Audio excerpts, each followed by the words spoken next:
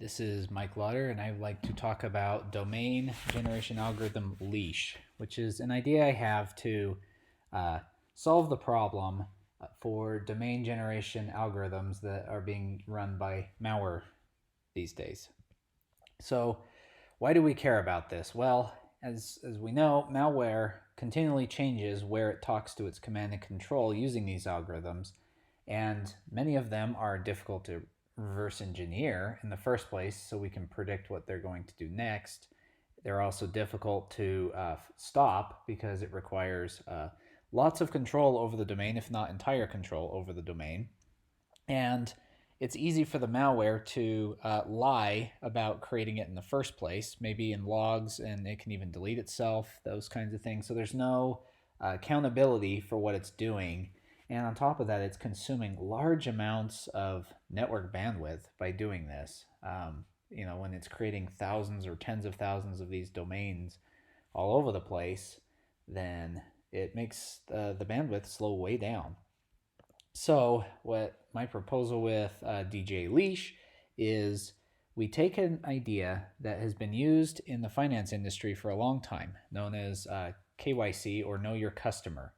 And what this means is in the finance industry, whenever you want to make a large transfer of money, that the bank is required to know who's sending the money, where the money came from, so what's the money pedigree, and where it's going, and to whom. So they want to know if it's going to another bank, if they want to know who the recipient is, and they're required by law to know this information. So we apply a similar idea here with DJ Leash in that the domain registrars can issue a credential to a party that wants to make legitimate updates to domains, and it's digital so that they can use these in autonomous ways with software processes or API endpoints, whatever the case is. And we also allow these presentations to be done in a privacy preserving way so that as much as possible the identities of the holders can be preserved. And we say pseudonymous because we may require in some instances where it's a high value domain to disclose more information instead of being completely anonymous. We don't necessarily want 100% anonymity, but we do want some anonymity, and that's why we say it's pseudonymous. So, and also in this way, they can be de-anonymized if there is any abuse or we need to revoke something. And we say semi-de-anonymized in that we know probably which party is doing it, but we don't know any more information in detail about them. So more on this a little bit later.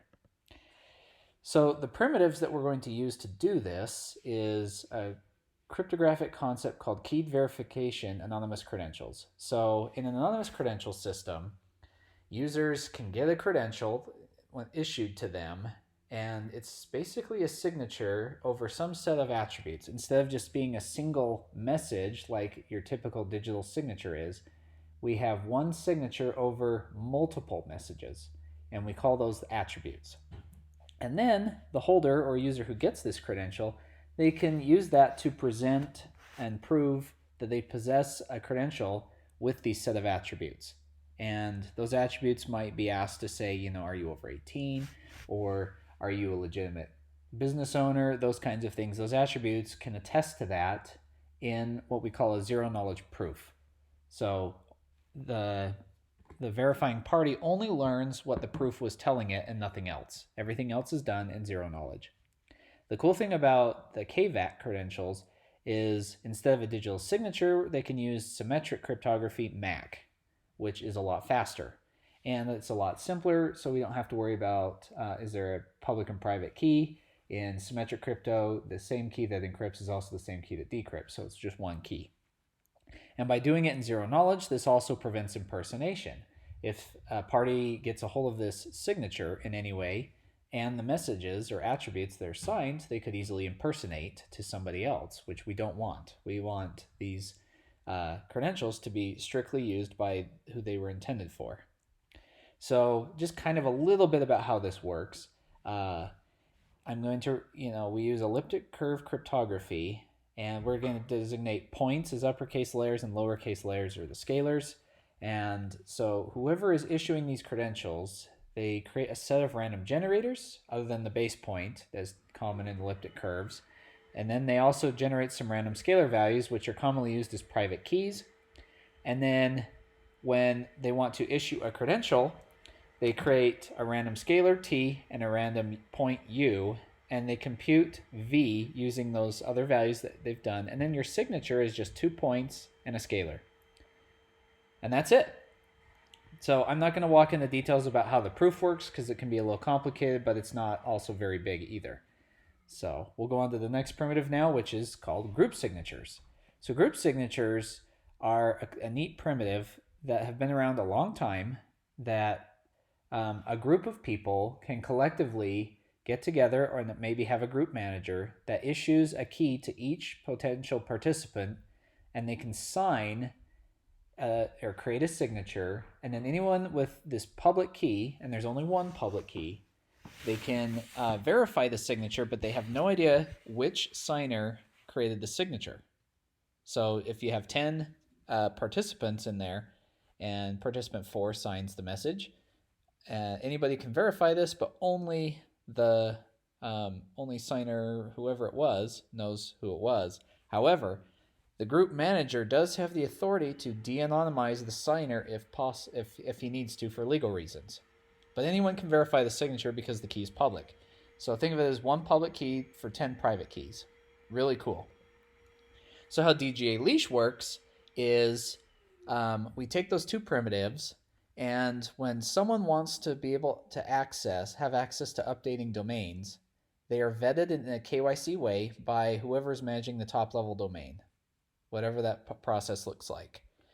DJ Leash doesn't care what that process looks like. It just mandates there should be one. And then once that KYC process has been approved for that user, they are issued a credential that is good for a time period. Maybe it's good for a year, maybe it's good for 3 years, depending on the process, but this can be revoked. And one of the attributes is a group from the group signatures. It's a group signing key. They get a key that they're going to use to sign things. So whenever they want to make an update to a domain, they must present in a zero knowledge proof that they have one of these credentials, and it is bound to the signing key that will be used to sign the update, whether it's adding a new domain, changing a domain, deleting one, whatever the case is. Anytime any changes are going to be made, it will be signed. Now remember, group signatures, you don't know who the signer is, and because we're presenting the credential in a zero knowledge way, they don't necessarily know who the identity is either. But so the TLD manager can't link them. They can't track these transactions by the holder of the credential or by the key. But the credential will only validate if the credential was indeed signed by them. Therefore, they can trust that it came from them. Okay, so like I said, the user presents the credential, signs the transaction that they want to do, and the credential proves that they've been KYC'd, and maybe you might require other complicated predicates, like you must tell me your first name or your business name or something like that. And if that's the case, then there will be some correlation possible. But that may not always be the case. Like if you're just updating the TTL, then maybe that doesn't require any information disclosed. But the thing is, the user cannot change the attributes that were signed, which would invalidate the credential and make the proof invalid. So they can't do that. And the domain manager can log any changes that are made, and they can log these proofs. So the cool thing is, this credential proves that they have permission to the domain to do whatever they need to do. And the reason they do this is the manager may say, okay, I'm going to embed some permissions into your credential, and I can change what those permissions do or what they look like, and I don't have to reissue the credential. You can just keep it. The TLD manager does not have to store any of the attributes that were signed. So I may have presented for KYC purposes, banking, and other sensitive information, but they don't want to store that, but maybe they signed it in the credentials, so if they ever had to ask for it later, they could, but they don't have to, which avoids them being a target for a lot of data that could be extracted and a breach is disclosed. So whoever the credential holder is, they hold their data, and the TLD manager only holds enough data if they ever need to re-identify them later for legal reasons. So if abuse is detected, like it's reported by a user or some other decry mechanism, since each of these transactions is signed, it can be de-anonymized about which key was used to do that, and the TLD manager should tie the signing key to maybe a credential number, and maybe that's all they store, such that then once they know that, then they can now revoke that credential. If they ever see it presented again, then they know it's been revoked and it's no longer valid. They can't do anything. So this allows them to introduce non-repudiation into the system, so the honest person has no problem disclosing certain properties, but a malicious party may choose not to do anything. So some basic metrics about how this works and the references for the math behind this. So the keyed credential is only 96 bytes. That's pretty small. And then to do a proof, let's say I had 10 attributes, so that'd be 320 attributes plus a fixed constant overhead of 128 bytes. So half a kilobyte proof isn't that bad, and it only takes about 1 to 200 microseconds to generate this thing. And the group signature is a fixed size. It's only 112 bytes. I didn't put the proof numbers in there because this varies based on how many attributes you have in there, but in our case, there's only one, so the proof size is roughly the 112 bytes. The same, and it takes 1 to 2 milliseconds to generate, so this is not a large overhead to do such a system. So they're maybe sending just half a kilobyte of information per update to the DNS system or a domain name. So not a very complicated overhead, and a few microseconds, a few milliseconds. Maybe in a high network situation, milliseconds is not acceptable, but otherwise that seems a pretty small overhead. So to conclude, this KYC process for any domain involvement could help stem the tide of anytime these malware bots go out there, they won't have a credential unless they manage to hack a legitimate registrar, and then obviously this problem goes out the door and they can just forge it and make it incredibly simple. But this should, when done in a correct way, make it harder for malware to do what they want to do. A very good prevention mechanism. And if there is abuse in the system, then it can be detected and dealt with accordingly.